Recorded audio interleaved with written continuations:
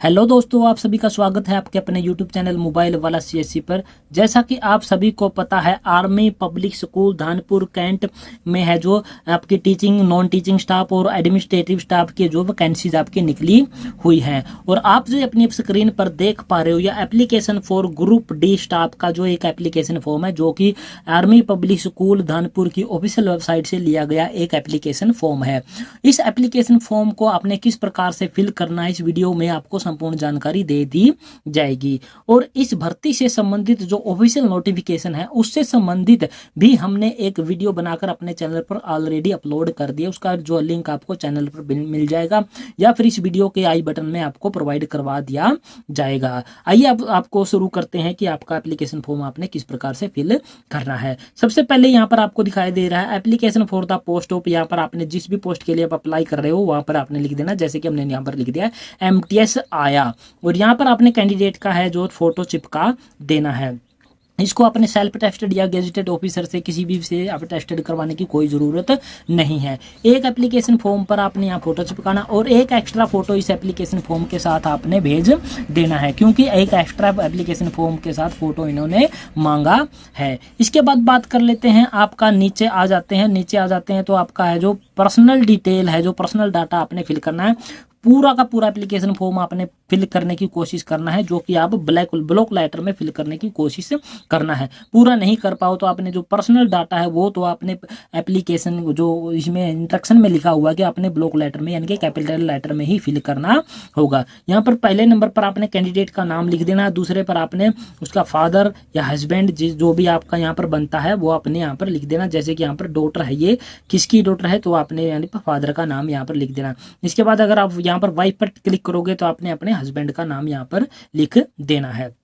Date of birth आपने लिख देनी है। इसके बाद नेशनलिटी आपने इंडियन लिख देनी है। स्टेट जहाँ के भी जिस भी स्टेट के आप रहने वाले हो, स्टेट का नाम आपने यहाँ पर क्या कर देना, लिख देना है। इसके बाद एड्रेस आपने लिख देना, जैसे कि हम यहाँ लिख देंगे Kusum daughter of Satnam VPO Hasanpur district Jind Haryana 126 125। ये पूरा एड्रेस हमने कैंडिडेट का यहाँ पर लिख दिया है। इसके बाद जी पॉइंट है जो कि कॉन्टैक्ट डिटेल से संबंधित है। यहाँ पर आपने कैंडिडेट का क्या लिख देना है, मोबाइल नंबर आपने लिख देना और उसके साथ साथ ईमेल आईडी आपने यहाँ पर लिख देनी। लैंडलाइन नंबर आपके पास नहीं है तो आपने इसको क्या कर देना, ऐसे डैश मार के करके खाली छोड़ देना है। इसके बाद आपने आ जाना है नीचे स्क्रॉल करके इस प्रकार से, जैसे कि हम आपको दिखाने वाले हैं नीचे क्या क्या डिटेल आपसे मांगी गई है, जो कि आपका पॉइंट नंबर है जो 2 है। इसमें है प्रेजेंट और प्रीवियस ऑक्यूपेशन, यानी कि आपका वर्तमान या फिर पिछला जो भी आपका व्यवसाय रहा है, जो भी आपने कार्य किया है उसके बारे में जानकारी आपने यहाँ पर फिल करनी है। अगर आप बिल्कुल फ्रेश कैंडिडेट हैं तो आप यहाँ पर लिख सकते हो नॉट अवेलेबल, NA लिख के यहाँ पर इसको सारे को डैश डैश करके खाली छोड़ सकते हैं।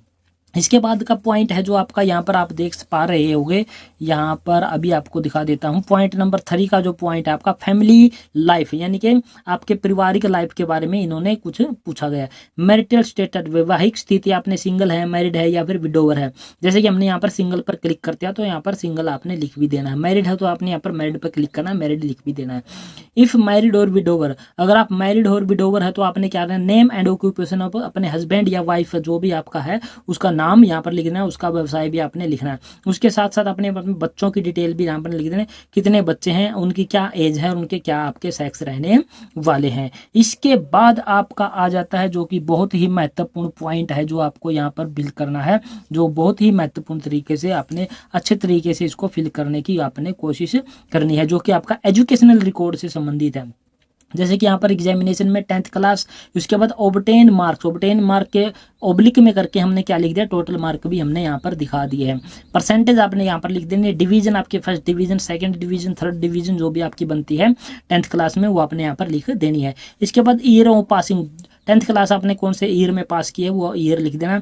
सब्जेक्ट टेकन, सब्जेक्ट का कॉलम में बहुत ही छोटा बनाया गया है तो हम भी यहाँ पर क्या कर देंगे, सिर्फ पहले लेटर हम लिख देंगे, जैसे कि हिंदी, इंग्लिश, मैथ, साइंस और सोशल साइंस, ये सब्जेक्ट के नाम आप इस प्रकार से लिख दोगे। इसके बाद नेम ऑफ यूनिवर्सिटी बोर्ड का नाम आपने यहाँ पर लिख देना, जैसे कि हमने लिख दिया Haryana board of school education, जो कि हमारे बोर्ड का नाम यहाँ पर था।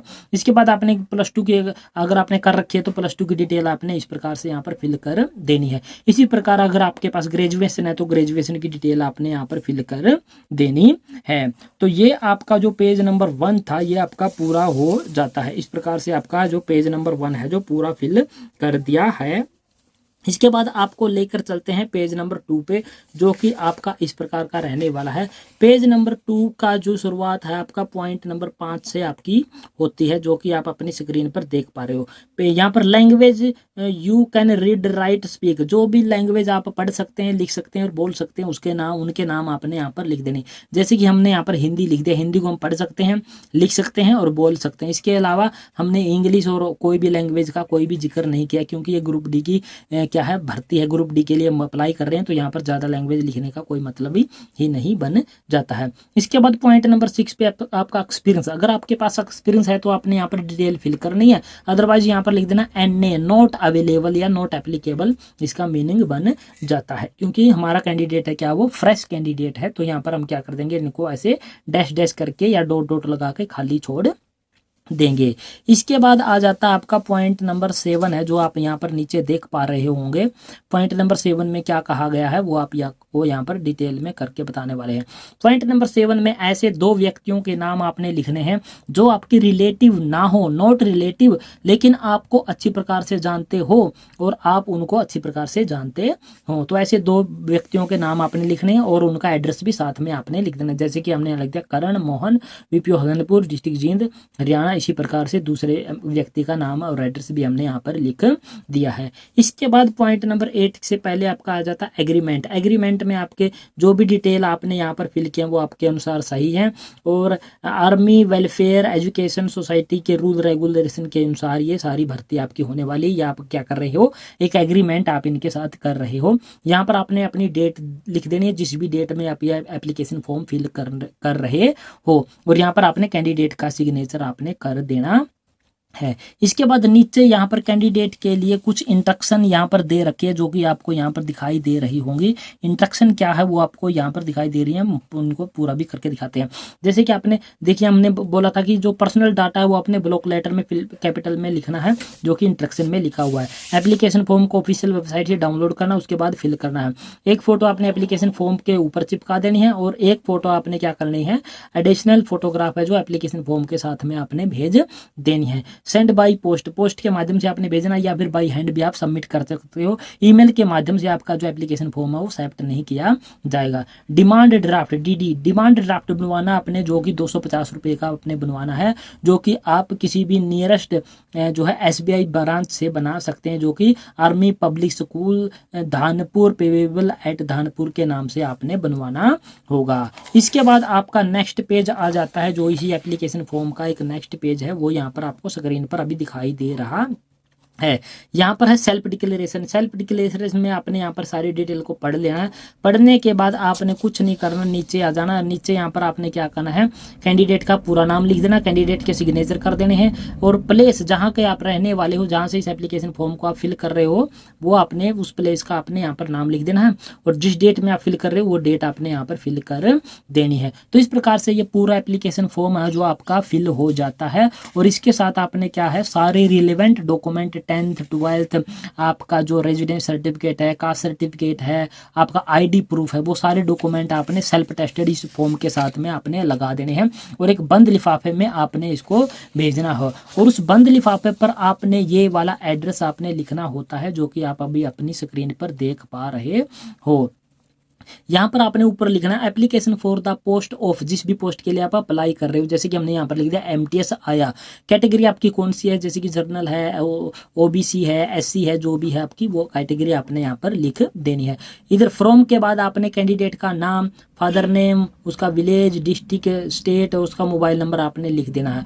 और ये वाला एड्रेस है जो आपने बहुत ही ध्यान से फिल करना होगा, क्योंकि इसी एड्रेस पर इस एप्लीकेशन फॉर्म को आपके जाना होता है। तो यहाँ पर एप्लीकेशन फॉर्म को में वाला जो एड्रेस है जहाँ पर आपने भेजना है, वहाँ पर यही लिखना है आपने, to the principal, army public school, Dhanpur cantt, Patna Bihar, 801503 इस एड्रेस पर आपने रजिस्टर्ड पोस्ट या फिर स्पीड पोस्ट के माध्यम से इस एप्लीकेशन फॉर्म को आपने भेज देना है। और जो डिमांड ड्राफ्ट आप बनवाओगे वो ओरिजिनल ही आपने इस एप्लीकेशन फॉर्म के साथ में भेजना है, और उसकी कॉपी चाहो तो आप अपने रिकॉर्ड के लिए आप रख सकते हो। तो इस प्रकार से आपका जो है ये आर्मी पब्लिक स्कूल धानपुर में जो आपकी वैकेंसीज निकली हुई हैं टीचिंग की, नॉन टीचिंग की और एडमिनिस्ट्रेटिव स्टाफ की, उसका जो एप्लीकेशन फॉर्म है वो आप इस प्रकार से फिल कर सकते हैं और इस प्रकार से आप भेज सकते हैं। इस एप्लीकेशन फॉर्म का जो PDF आपको इसी वीडियो के डिस्क्रिप्शन बॉक्स में प्रोवाइड करवा दिया जाएगा, वहां से डाउनलोड करके आप इसको प्रिंट आउट करके फिल करके और फिर अपनी ज़रूरत के हिसाब से आप इसको भेज सकते हैं। तो आशा करते हैं दोस्तों हमारे द्वारा ये जानकारी जो प्रोवाइड करवाई गई है आपको इससे बिल्कुल हेल्प मिलेगी। और अगर आपको ये हमारी वीडियो पसंद आई है तो हमारे चैनल को आपने क्या करना है, सब्सक्राइब करना है और अपने दोस्तों के साथ इसको शेयर भी करना है। तो जय हिंद, जय भारत दोस्तों।